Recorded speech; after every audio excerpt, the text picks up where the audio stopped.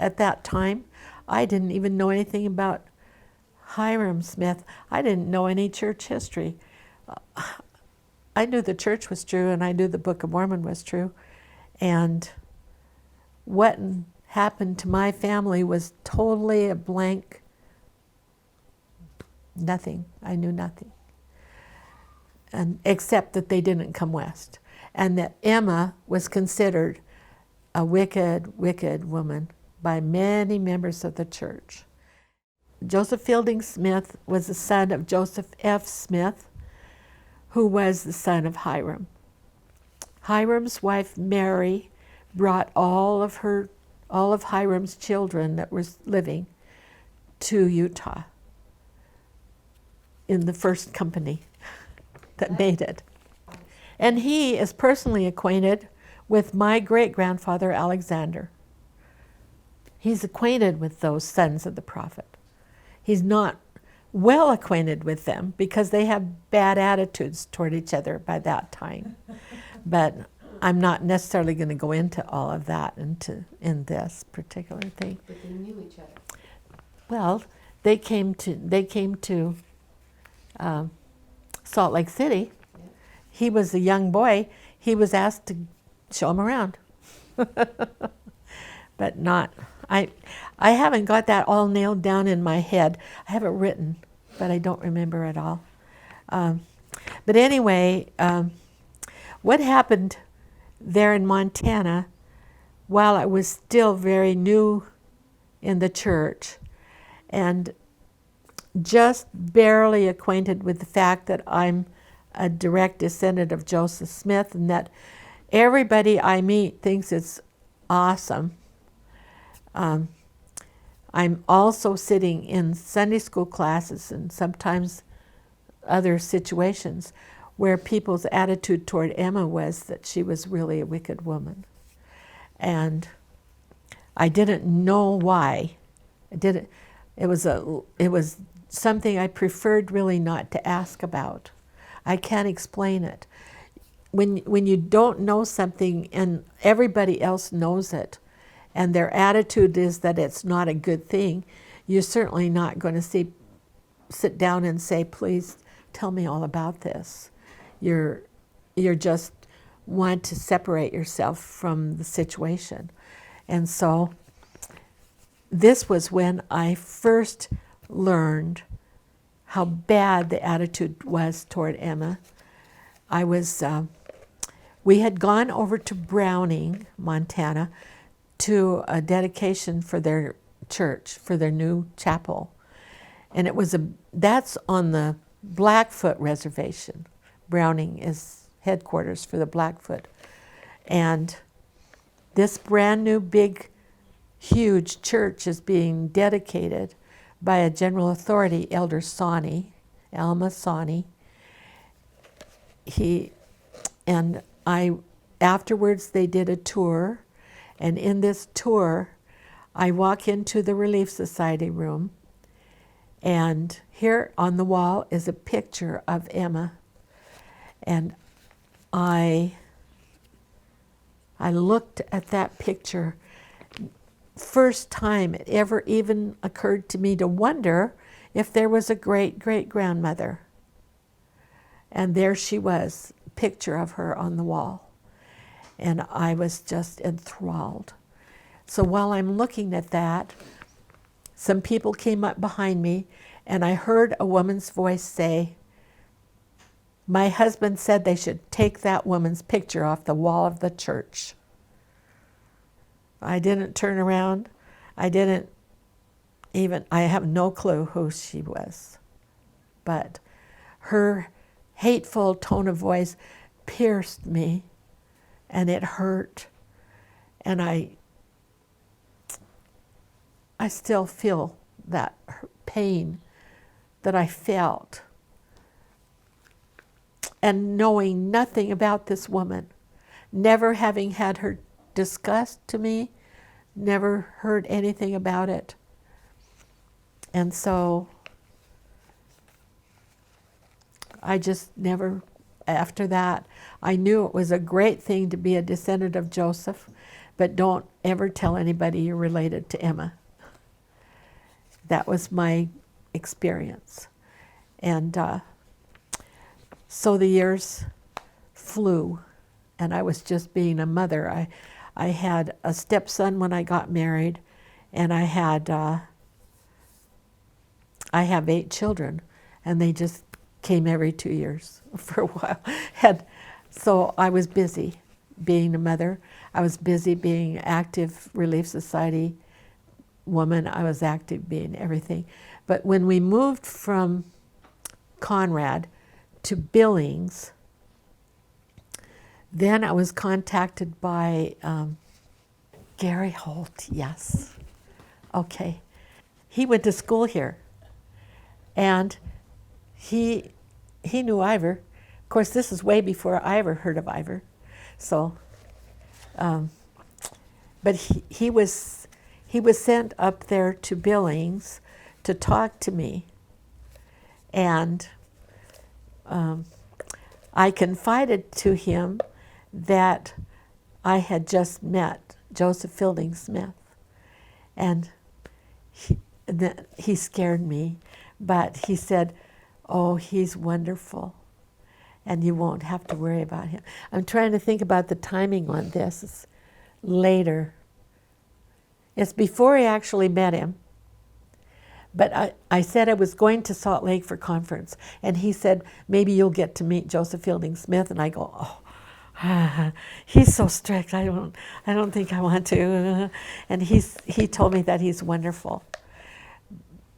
But that's kind of the kind of contacts that I had was touching. Everybody that I met knew everything more than I knew, and they're completely not understanding my ignorance. They don't know that I don't know anything. I realized that so many members of the church had a bad attitude about Emma, or many did. I felt like I needed to know more about her, and I began to really study her life, and I decided that I would write a book about Emma. And everybody was writing books about Emma, and some of them were pretty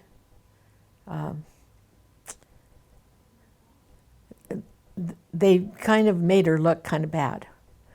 And then there was one that was called Judge Me, Dear Reader, and that discussed her as if she had an emotional breakdown, and poor woman, just didn't know what she was doing, so she didn't come with the prophet, with Brigham Young when he brought the church west. And it was okay because she was really not well mentally. And it was the first effort by any Latter-day Saint to put anything in print that defended her. And so it was an interesting book. And then there were others, and I'm not going to name them because I don't want people looking them up, but they'll know what they are. But anyway, I decided that I would write a book about Emma, and I worked on researching it for years and years and years. When I finally moved to St. George as a single mom with 2 kids, and I met Ivor Jones, and I married him, then I had the support I needed. And I had gotten acquainted with Michael Kennedy, and we had organized the Joseph Smith Jr. Family Organization. And having that organization and the support from Michael and from other good people that I knew, and the research that I had done, coming to know that Emma was a wonderful woman, that she was a faithful supporter of Joseph all his life and defended him even after he had died. On her deathbed, testified that he was a true prophet of God. And that to me was significant information. I wanted to share it. So, and Michael and I talked about it, didn't we, Mike? Enjoyed many hours of conversation with Mike Kennedy about what we could say and do for Emma. And eventually, I wrote the book, Emma's Glory and Sacrifice, a Testimony. And we published this on personal funds and debt. We found a publisher and got it done. And this is the logo for our Joseph Smith Jr. Family Organization. Anyway, writing that book, and this is kind of out of place because we haven't done the trip to Kirtland and the organ, all of that. But doing this book about Emma showed me she was a good woman. She had a testimony, not just of Joseph, but of the Book of Mormon. And she bore her testimony of it. And she said, I believe the Book of Mormon to be of divine authenticity. I have no doubt about it. Her reason for her certainty was that she said Joseph couldn't write a coherent sentence on his own. He could never have created a book like the Book of Mormon. And her own experience with the Book of Mormon was that she had it sitting on her table, wrapped in a thin tablecloth, linen tablecloth that she had made and given to him to wrap it in, and that she moved it around as she did her housework and cleaned her table, but she never looked at it. And to me, that is a remarkable testimony of Emma's integrity, that she was not allowed to see it, yet she had it. Anytime she chose, she could have lifted that tablecloth, and she didn't. But she did feel the edges through the cloth and wrestled the pages of the Book of Mormon plates, and it wrestled with a metallic sound, and she bore her testimony of that. On her deathbed, or near to her death, within 2 months of her death, she did that, and told her sons her testimony of the Book of Mormon and of her husband as a true prophet. This to me was so significant, and when I learned about it, I wanted to tell everybody about it. And so we decided that I would write a book. And I still to this day cannot comprehend how everything worked.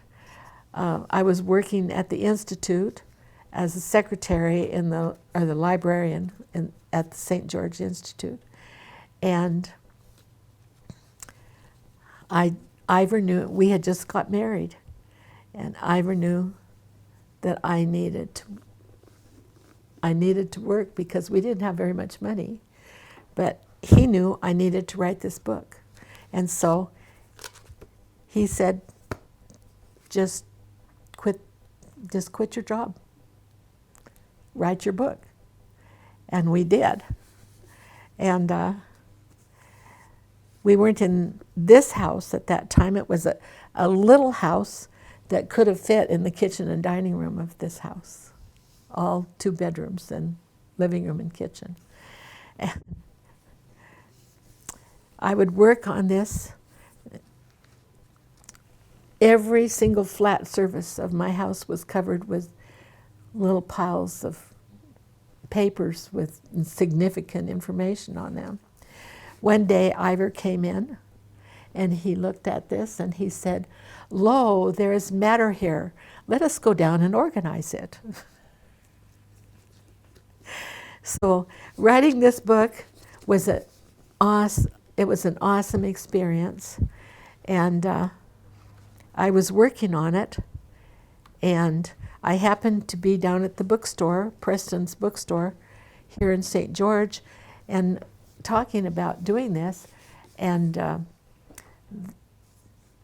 Ken Preston was the manager there and owner, and he said, there's somebody you need to meet. And he told me that Janice DeMille lived in Hurricane and that she published books. And so while we were talking, she came in and I met her. And so she became interested in helping me with this book. My understanding of practically everything about Emma came through the research that I did in 1983 to get this book done. And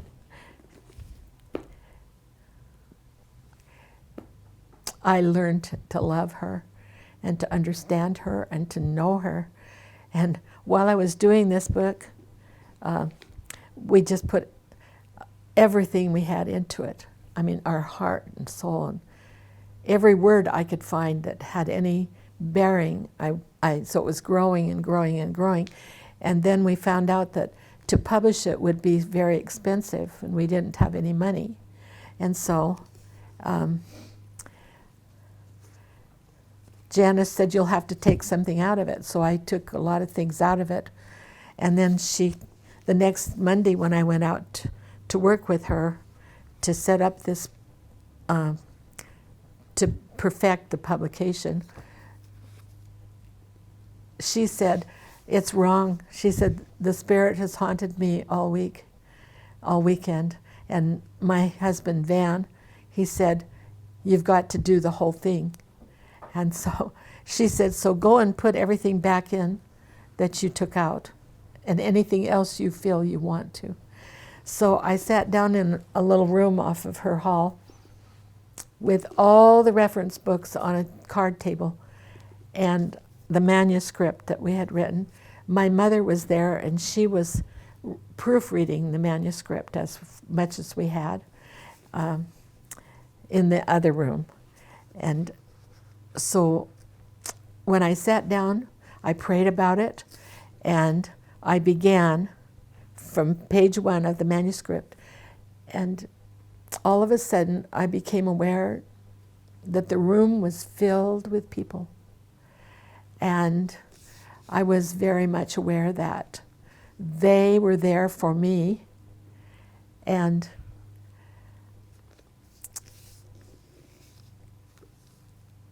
I had gone through the entire manuscript, and they said, well, did you remember this about her? Joseph says, did you remember this about her? And she, Emma, says, did you remember this about him?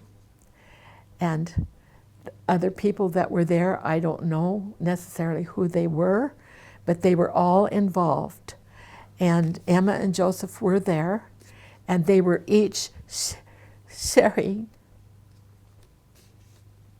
back and forth things that I needed to know.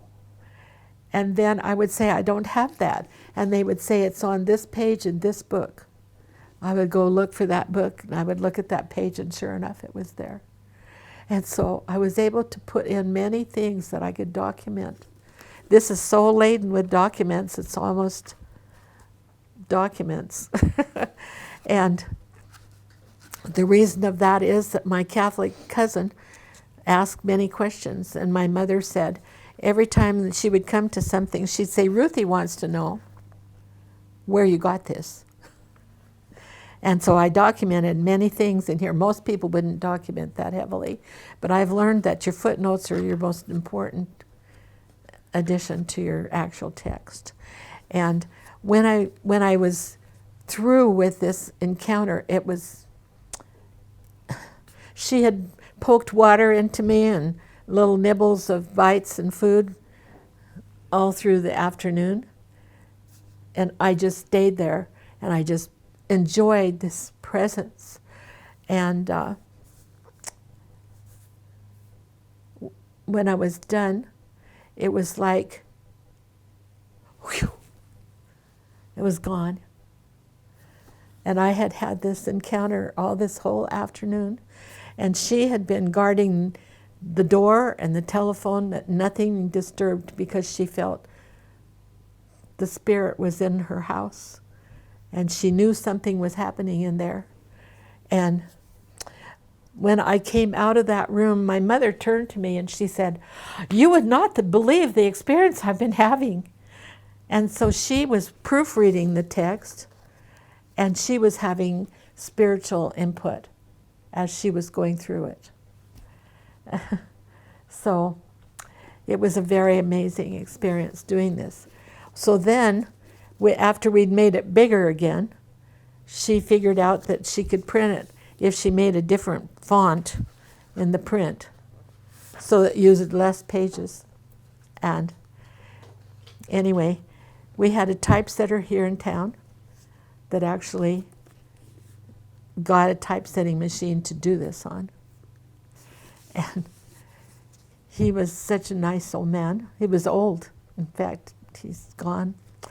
But when we got it ready to go to the printer, we needed a certain amount of money. And Mike's mother had some insurance money that she was willing to loan us to help with part of it.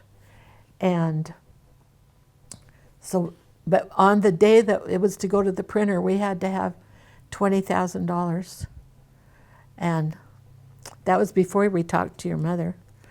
And Michael's mother is an angel.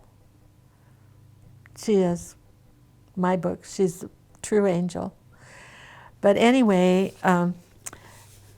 about that same night that we discovered we had to have, we thought we had the money from a certain source and it had fallen through. And I got a phone call from my husband's son, Aaron, and he said, "Is there anything I can do for you?" And I said, "Yes, I just need $20,000 tomorrow." And he said, "Well, talk to my mother-in-law. She's got money.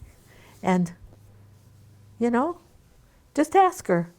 Well, it turned out that his mother-in-law was one of my husband's schoolmates. They graduated from high school together here in St. George in Dixie. And so I called her and I said, "Elva, I'm very embarrassed to ask this, but Aaron says I should ask you if you would be willing to loan us $20,000 to get our book printed." And she said, "I would love to do that. My family has a long history of helping the prophet's family, and I am thrilled to be able to do that." My great-great-grandfather, she said, is Joseph Knight Sr. Joseph Knight provided the paper for Joseph to write the Book of Mormon on in the original, for Olive to write on when Joseph translated it. Well, that whole period of time that I was trying to get the temple work cleared, I actually was permitted to do Alexander's. I was permitted to do David's. We did it, even did Frederick somewhat, but we could not do Joseph III. But when I sent in initially to have the family of the prophet done, the sheets came back uncleared, which meant I could not do anything for that family group.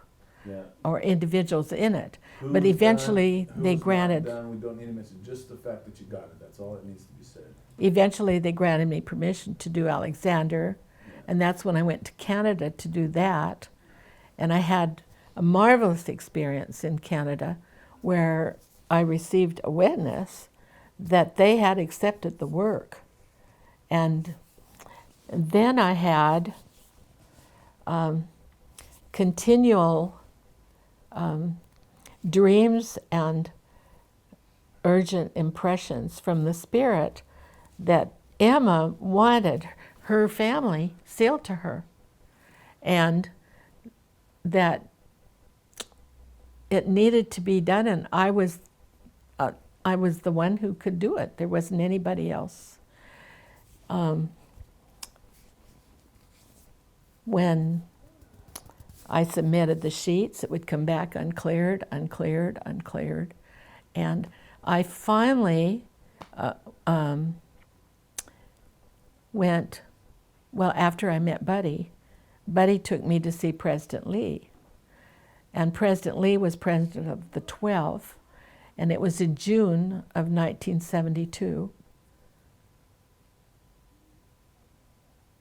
Yes. And he took down my whole story on video, or not on video. President Lee took down my story on tape and said he would visit with President Smith about it. And by this time, President Smith was president of the church. And he was old, and he was not seeing people. And it was not a time when he really was up to having visitors. And so then President Lee contacted Buddy and said, bring me in. And I went in to President Lee's office, and he said, I have been able to talk with President Smith about this, and he has said he said to me, I carried this burden on my shoulders all these years, and now the mantle is placed on Gracia's shoulders. And I felt that mantle put on me, and was heavy. And Buddy and Tony were there, and Buddy Younggreen, who had been, he was the one that taught me practically everything about the church history. And here in 1972, he's starting the Joseph Smith Senior Family Organization and asked me to participate. And that's why I was there in Provo with him, and that's why he took me to see President Lee.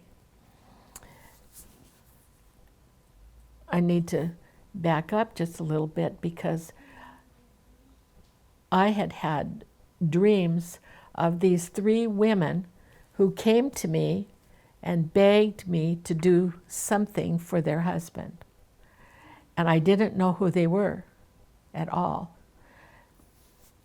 Well, out of the blue, without any reason, I get a package in the mail, and it's a copy of a book called Ancestry and Posterity of Joseph Smith and Emma Hale. And it was written by Mary Audentia Smith Anderson, who is the daughter of Joseph Smith III, the son of the prophet, who led the reorganized church for almost 50 years. And she had compiled this genealogy to prove that Joseph Smith and Emma's ancestry was fine people, and that their posterity were fine people. And so it's a marvelous piece of work.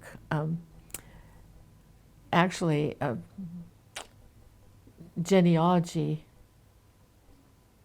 you can't hardly believe she could do that without computers. She did it. And I received this copy in the mail, and I opened it up, and there are the pictures of the 3 women that I had had in my dream, and they were all 3 married to Joseph Smith III. They were all his wives, one at a time, because he spent his whole life fighting the principle of plural marriage, never acknowledged that his father ever participated in any such of a thing. And here, all 3 of those women have visited me in my dream. And the place that they visited me was, I was sitting on a chair, and there was a wall, and there was a stairway going up.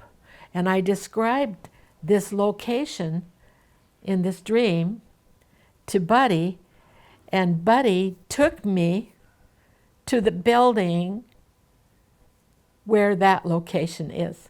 He recognized it from my description, took me in there, and I go, "Are you kidding? This is where I was sitting right here, and each one of those women came and stood in front of me and begged me to do something for their husband. Didn't name him, just said, please help me, help my husband." And so I told him this dream, and so this was part of what President Lee took down in his recording. And there were other aspects of it, but that was the main one. But when I looked in that book, and here it came out of the blue, I look and see that who they are, I know then that Joseph III is wishing to have his temple work done. And I cannot get it cleared because there's a stamp on the back that says not to be done until further revelation is received. And it was impossible. So I kept calling. I called the First Presidency's office and asked for an interview with Joseph Fielding Smith. And he said, his secretary said, he can't talk about it with you right now. You can talk to him, you can see him, but you can't talk about this subject. It upsets him. So then that was why Buddy Younggreen took me to see President Lee, president of the 12 Apostles. And when he took all of that down on tape, then I was invited in, as I said. I was invited in to hear what President Smith did. And he told me, the mantle is placed on Gracia's shoulders. And I felt the burden. So Buddy got all excited. We could go to the temple this afternoon. We could do all of these people that aren't done. And out of my mouth comes, it can't be done at this time. I didn't want to say that. I didn't think it up. I just said, it can't be done at this time. And Buddy's just hopping up and down. He's so upset. And President Lee says, hush, Buddy, let Gracia talk. And I can't really quote all the things I said, but I conveyed to them that it was not yet time for this to be done. And the time would come when it would be done. It would be done at the proper time and by the proper people. And I said, and President Lee said to me, well, what would you like done, Gracia? I said I would like it put on a review circumstance so that the First Presidency will review it when the time is right. Then let me know what I need to do, if anything. And it went that way, and that was 2 weeks later, President Joseph Fielding Smith died. And President Lee became president of the church. And this issue was still on review until President Spencer W. Kimball reviewed it. And you know, he was the do-it prophet. That was his motto, do it. And he took care of it. And that's all I will really say about it. It's a sacred subject that I just wouldn't go into. But that's when then the First Presidency took some action. And they didn't redo Joseph and Emma. They had already done their own work in their lifetime. but they did an enactment that put it on the record, official. I don't know what they did. So They said, they called it something legal term that lawyers use to make a record of a record that makes it absolutely positive that it was done. like a ratification. A ratification, yeah. So that's a big deal. Okay, I'm going to try something out on you guys Okay. and see how you respond, because I found it. I found it in my journal of my family reunion work, and I found it early on in my recognition of the fact that I was able to get this done. There are certain things, justice and mercy play a big part, Darcy. You know, are you recording me now? Oh, That's good. right. Come forward. Emma did not come west. She did not raise her children under the blessing and protection of the priesthood. And they knew nothing about all of the things that we think we would expect that they would know. They were little. Joseph III was only 11 and a half when his father died. And Alexander, well, Frederick was 8. He turned 8 in June. Alexander turned 6 on the 2nd of June of 1844. And David Hiram was not born. So, and Frederick, he was 8, but he only lived to be, I don't know, in his early 20s, 26. And he died. It has no posterity in the church. His only child died without having children.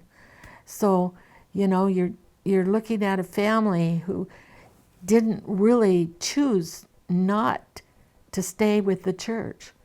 Their mother stayed there, and that closed the door. And then as they grew up, they were drawn into the Restoration group, which in the beginning had the very same testimony anybody in Utah had. Joseph was a true prophet, the Book of Mormon. Everything was the same except for the plural marriage principle. And they rejected the principle, and in Utah they practiced the principle for a period of time. And we, coming along in generations later, inherit what our ancestors had. And so from Alexander's and Joseph Smith III, from their point of view, polygamy was an evil that was put upon the church by Brigham Young and the others. And their father, they could not even think he would have had anything to do with that. Then in Utah, they honor and respect Joseph and practice the principle of plural marriage. That's a whole big issue, hard for people to accept. And people ask me all the time today, you know, how can I help my child? They're leaving the church because they saw on Facebook or they saw on the internet that Joseph did this, and they think it's a terrible thing. And I say to them, you can't convert anybody on the basis of plural marriage. You can't even solve their emotional distress about their testimony by talking about that principle. Today, there is no spirit on the earth that will tell anybody it's the right thing, because the church is no longer practicing it. We are not supposed to want to. We would be in trouble if we do. Joseph F. Smith's daughter, Edith Patrick, told me, she said, when girls tell me they're upset about plural marriage, I say, that's exactly how you should feel. And don't let anybody talk to anything about it with you, because we're not supposed to want to do it now. It's an easy thing. There is no spirit on the earth today to say it's a true principle, because was a true principle and it had its purpose, but it's not effective on the living people today. If they do it, they'll be ousted from the church. And that's sad, because some people get very confused over that issue. I didn't mean to I love it, you're being carried. get off on that. You're being carried. But our feelings about doing the temple work for Joseph Smith's family group sheet was it ought to be done. They've even done Governor Boggs' temple work.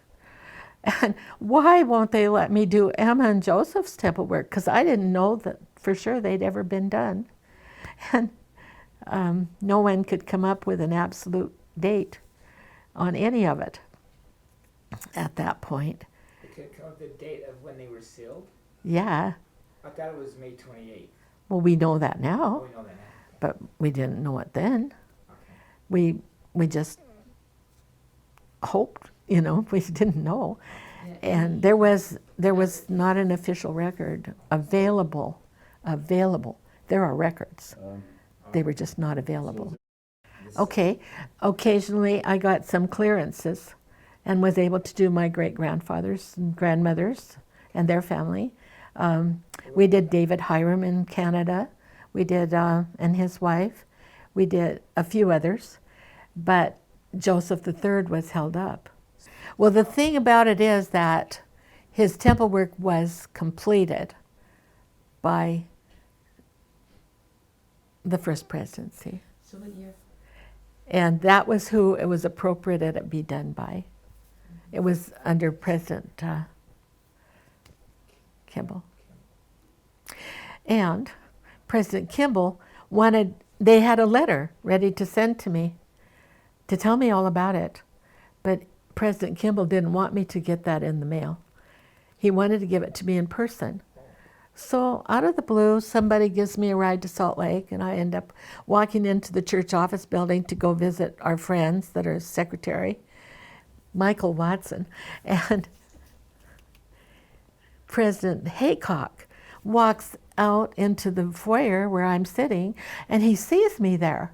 And he said, "Gracia, stay right there. President wants to see you." And so I waited and waited and waited.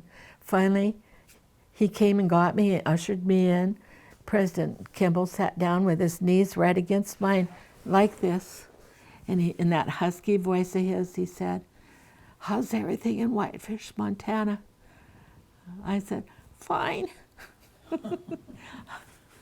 Don't know what I'm gonna. I can't believe this is happening to me. And so he brought the letter and gave it to me in person and told me what had happened, and that he had truly not wanted to send that to me in the mail. He wanted to tell me in person. And the reason that I hadn't been informed or even invited was because of the circumstances going on in my life in Whitefish. Things were not fine in Whitefish. My whole life was falling apart. And I ended up single because of it and moved down to St. George, and that's how I met Ivor. When Michael Kennedy had this experience in Kirtland, President It was President Hinckley. Hinckley conveyed the message to you From President Kimball. to organize our family organization.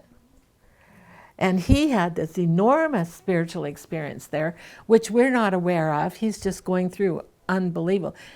Your first really big thing, right, Michael? Second, Really, Well, second his dad's the did. first one I Well, didn't yeah. recognize.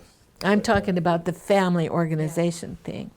And we'd been doing genealogy for years, and we had a pretty respectable database already out of Densha Anderson's book. So that was already underway by the time we had this experience in Kirtland in 1984. There's a lot of things that happened in between there. And we'll cover that when we're doing the interview. Right. But the trip to Kirtland was incredible because my mother had never wanted me to talk about Joseph Smith. Never wanted to talk about it. Then my dad died in 1964, and Mom went through a lot of things. And eventually, she went to a Smith reunion. And the Smith reunion started in 72, but in 1973, my mother came and went to Nauvoo with us for that reunion. And she had spiritual experiences. And she knew Joseph was a prophet. She loved Joseph and Emma, and she loved learning to go see the homes where they lived and all the wonderful things that they could enjoy. She truly was converted, but she couldn't adjust her life until later. And it was 1978 when the first presidency acted on this fulfilling what I said that day in President Lee's office. It can't be done at this time, but it will be done in the right time by the right people. And so it was. Well, then my mother got baptized in May of 1979, but she was already converted. And she already was anticipating baptism. 23 years after I was baptized, my mom joined the church. And she was so thrilled. And she said, the more I learn, the more sense it makes.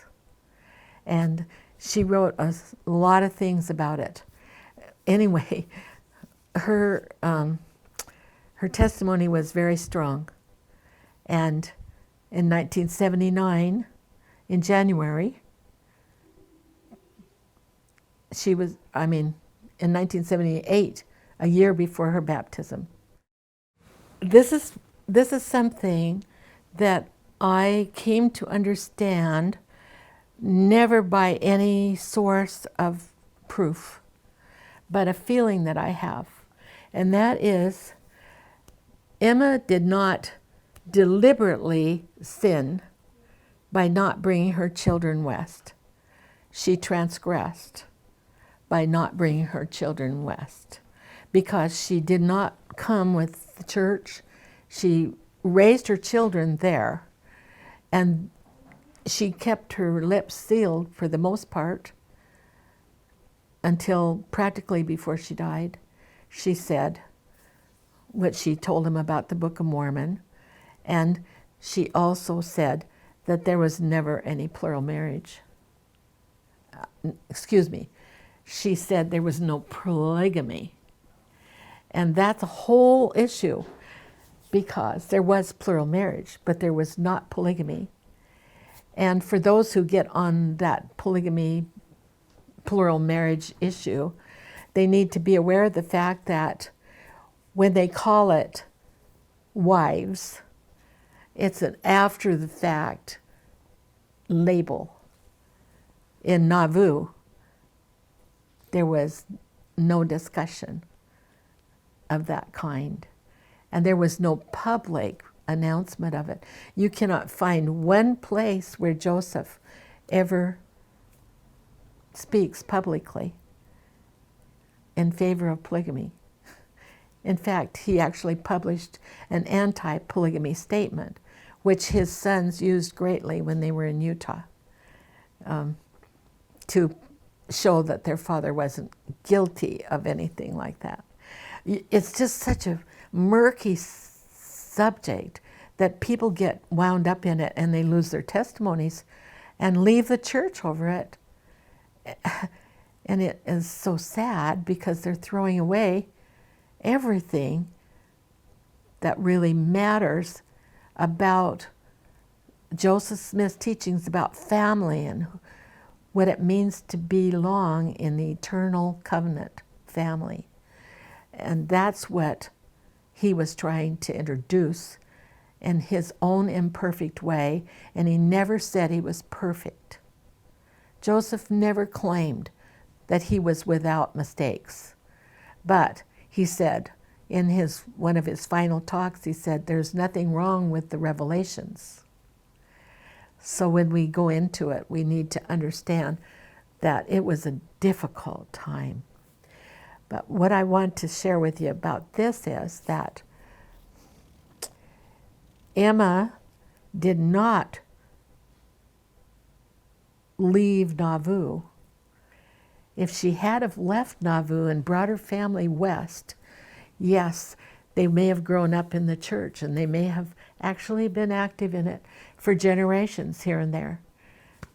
As opposed to now, they're scattered all over the world. They don't even know who they are sometimes, most of the time. And if they do know who they are taught by their own parents or grandparents, don't talk about it to anybody. And so this prejudice is put into them from their very first beginnings of understanding anything about their heritage. And that is sad. That's sad for Emma's posterity. But on the other end of it, you have Nauvoo. And everything we have in Nauvoo is dependent on the fact that her children stayed there and owned that property and preserved that property. And the reorganized church later obtains all of it and makes the Joseph Smith Center, the reorganized church center, there. And now it's run under the Community of Christ, who do a beautiful job of preserving and keeping and allowing everybody and anybody to see everything and anything that they want to see there. It would not be there. Not one stick or stone would be remaining of those homes in Nauvoo had Emma not stayed there. Now, when my mother went to Nauvoo and had marvelous experiences at the reunion, and the Kirtland Temple is preserved because Joseph III and a friend bought it. They hoped to turn a little bit of profit. No, I mean the dollar kind. And they needed it because they were desperately in debt because of circumstances that they couldn't help. And so when they could not get a clear title for it, they donated it to the church, the reorganized church. And the reorganized church has preserved it, taken care of it.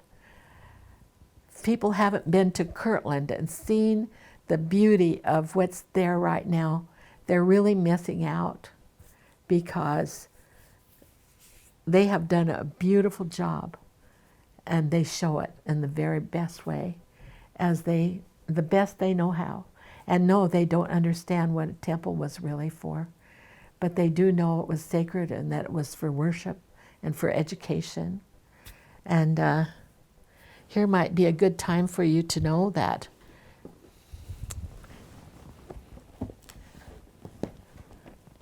you have the Book of Mormon, that all the religions that found from the Restoration movement, they all carry that respect for the Book of Mormon. There's the Book of Commandments that was put together in Independence. It was supposed to be published and the press was torn down and the children saved a few pages. It's 68 sections, ends in a comma. You have the hymn book that was published by Emma, put together by Emma, assembled by her. According to section 25 of the Doctrine and Covenants, she was told to gather the hymns. She did that. And in 1835, the church published the Doctrine and Covenants and Emma's hymnal. Came off the press just in time for the dedication of the Kirtland Temple. This has 107 sections of the Doctrine and Covenants. Does not have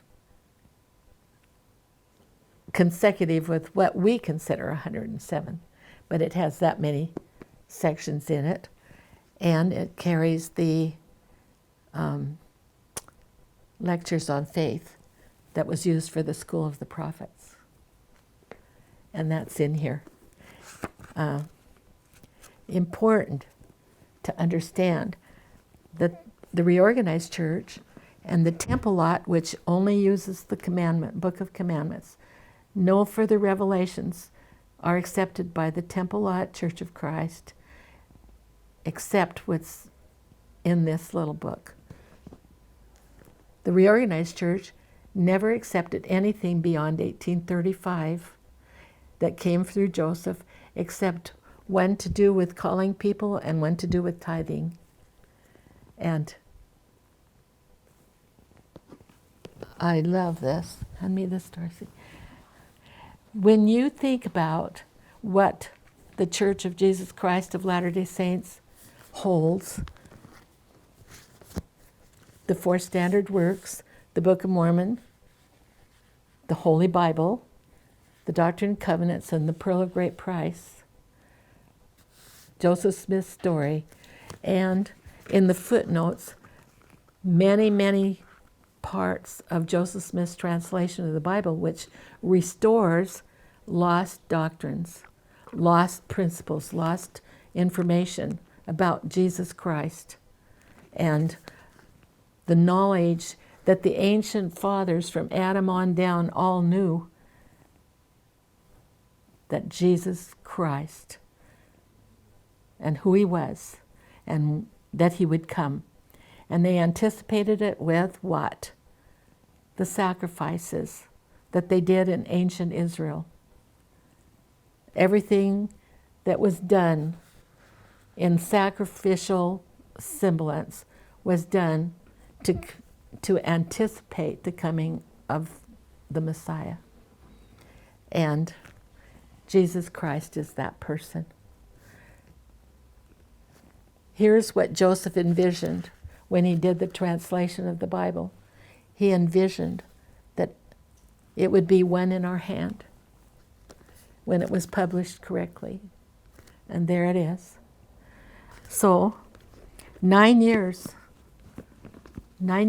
of Joseph's most important revelations are missing from any of those groups who have been faithful to what they believed and stood by what they believed, and importantly, preserved the properties, which have actually got promises and covenants laid upon them, promises regarding the future generations, not just of Joseph Smith, but of the others who were labored there and did those things. If you really read all those revelations that pertain to the Nauvoo house and the Kirtland Temple and all of those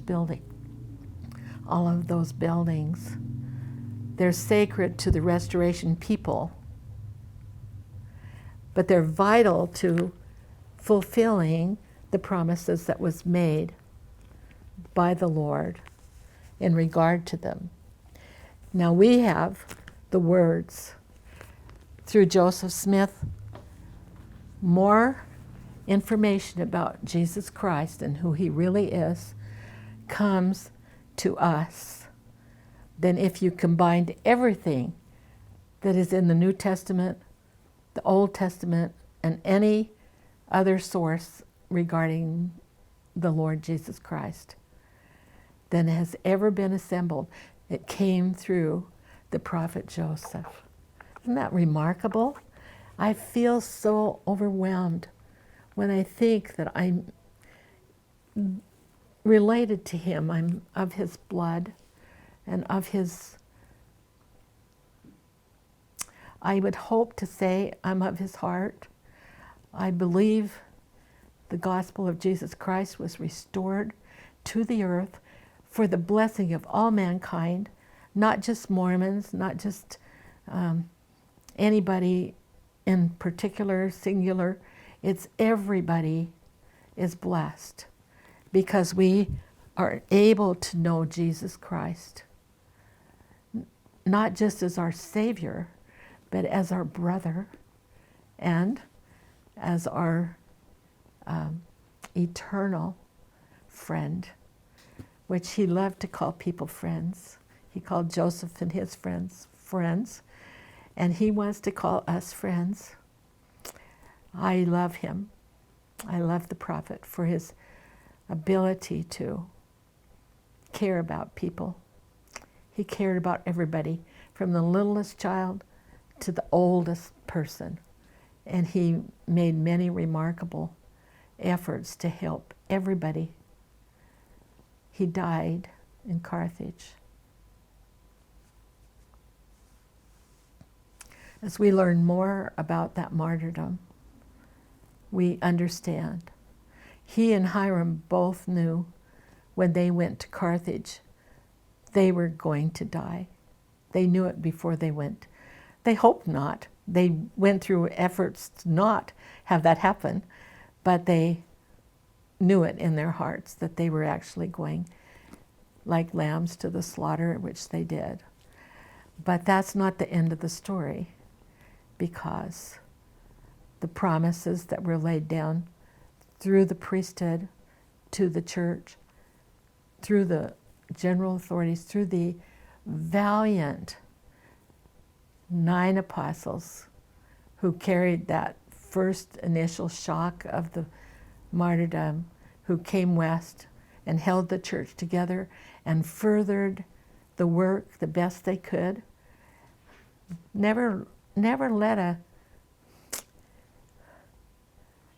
let a moment pass before they were actually sending out more missionaries and doing more work, even while they were struggling to get the people out of Illinois and out of persecution and out to the west, which Joseph prophesied they would go to. I just love it. I love the whole story. And I have a testimony that this is the truth, that Jesus Christ is the Son of God, our Savior, Redeemer, and that he is overseeing the work through the living prophets of the church today. And I say it in the name of Jesus Christ. Amen.